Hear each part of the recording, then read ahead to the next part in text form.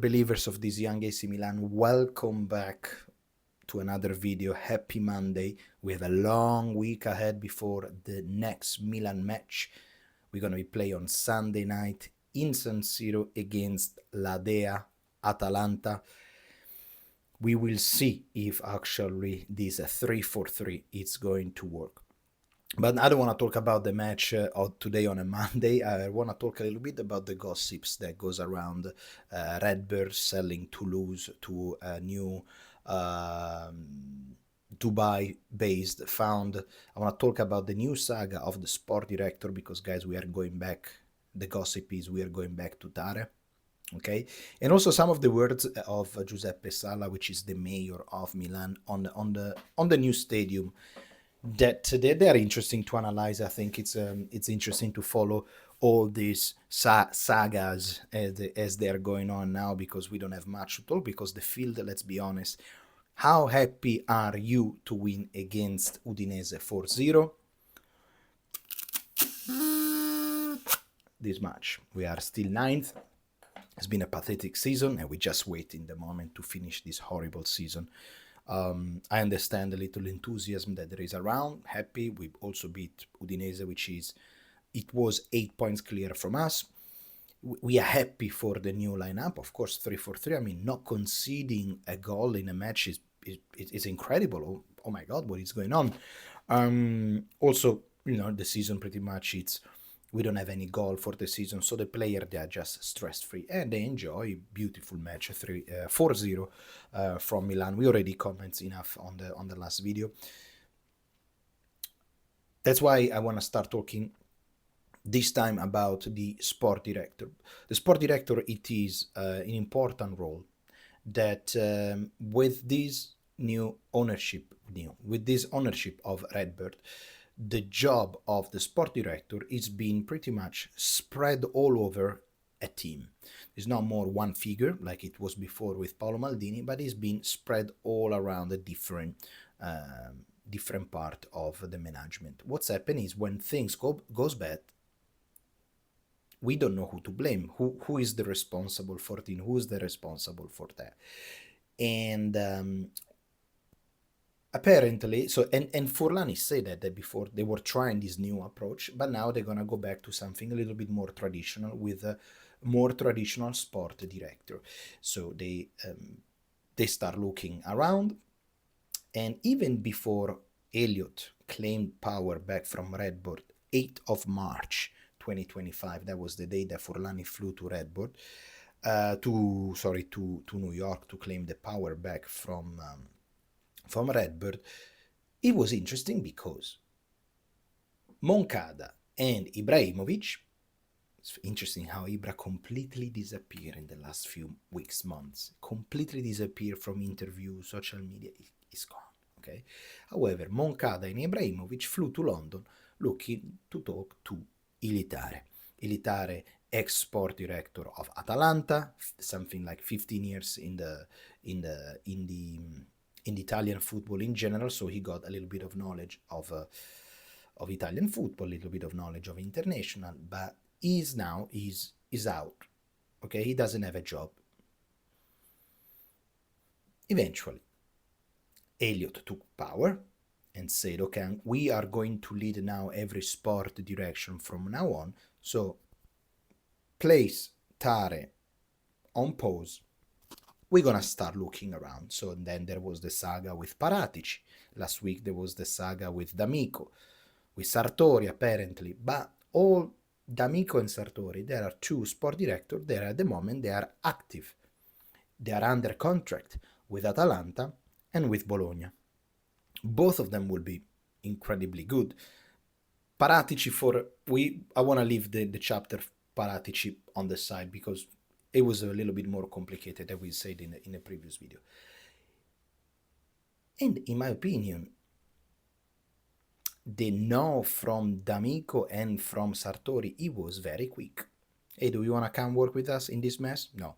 Hey, do you want to come work with us in this mess? Absolutely not. 2 no over a weekend or a week, and now we are back to step 1. Because apparently Milan is going to Furlan is gonna meet Tare. Apparently there is gonna be a meeting with Tare this week, at the beginning, maybe tomorrow, the day after, where they're gonna try to to work together. Okay, it is frustrating. All this is extremely frustrating because Milan literally lost almost 2 months of his own time to arrive to the same step that RedBird arrived 2 months ago. Moncada and Ibrahimović already got the deal, or at least had a chat with Tare, so they were already in good terms, we believe. That's what we read from the press.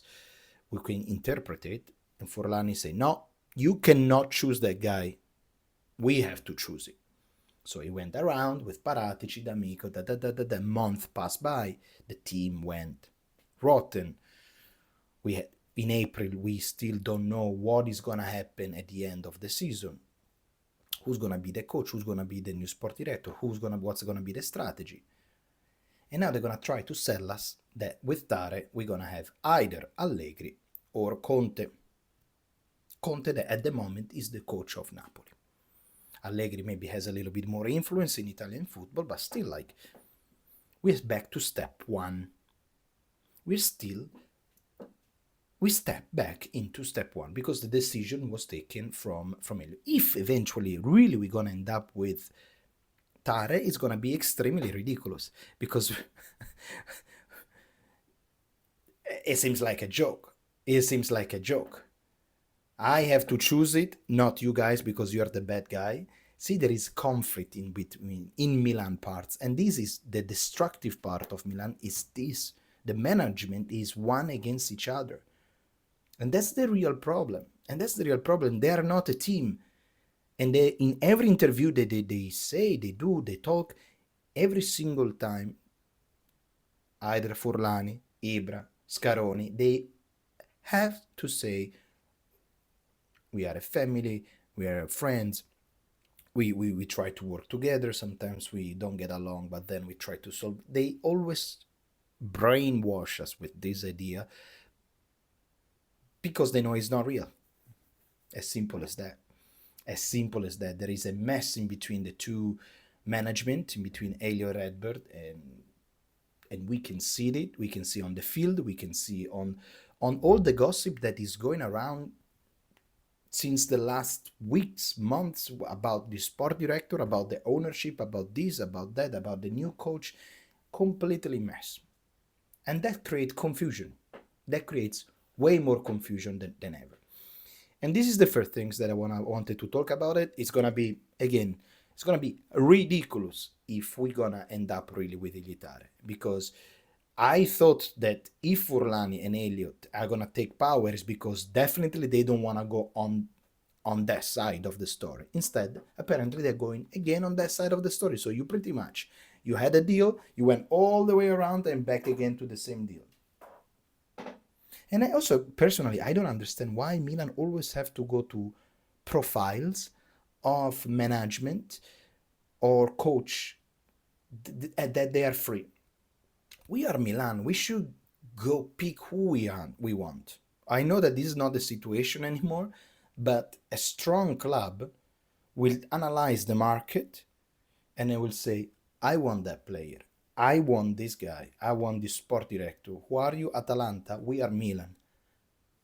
Okay? Look what we did in the past. Look what you did in the past. Look, Bologna. What you did this and did that. We are aiming up here. You guys, if you're lucky, you can reach here. So, back then, if there was the Berlusconi of the situation, that will be an easy talk. A 10 minutes talk. Okay? That's it. Talking about so we will see what's going to happen also with Tare. We will see, understand with the sport director. We will keep following the saga, which is getting more ridiculous than ever.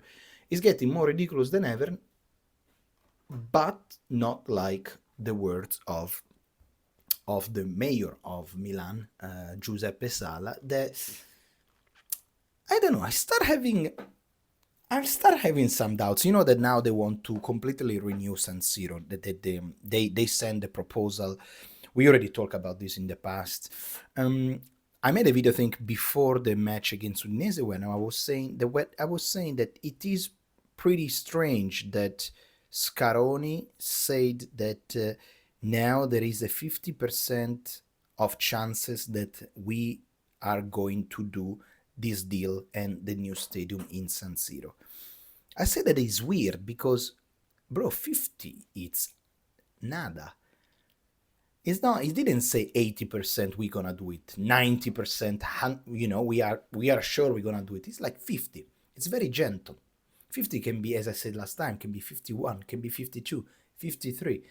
It's not even 60. So it's really depending on a lot of things. And as we analyze it, I'm recording, Eva. As we I have some questions. Eva, unreal. I now I lost the flow. I lost the flow now. What I was saying. We're talking about San Siro. So it's 50%. It's just below 60%, right? So we don't know if it actually something it is going to happen or not. And the word of Scaroni seems a little bit like this. And then Sala today said if the sale of San Siro doesn't go through, San Donato is still there, ready. In recent days, Milan announced that they will find a solution for San Donato. The plan is probably to move the youth academy there. Milan has also invested a significant amount of money, and that needs to be taken into consideration.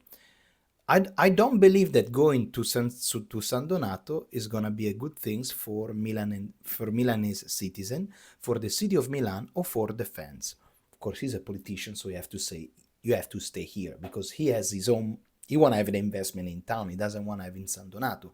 But the thing that he's saying, if the sales of San Siro doesn't go through, it is a little bit opening. It's like, there is an opening here to say that it might not happening in Milano. Okay.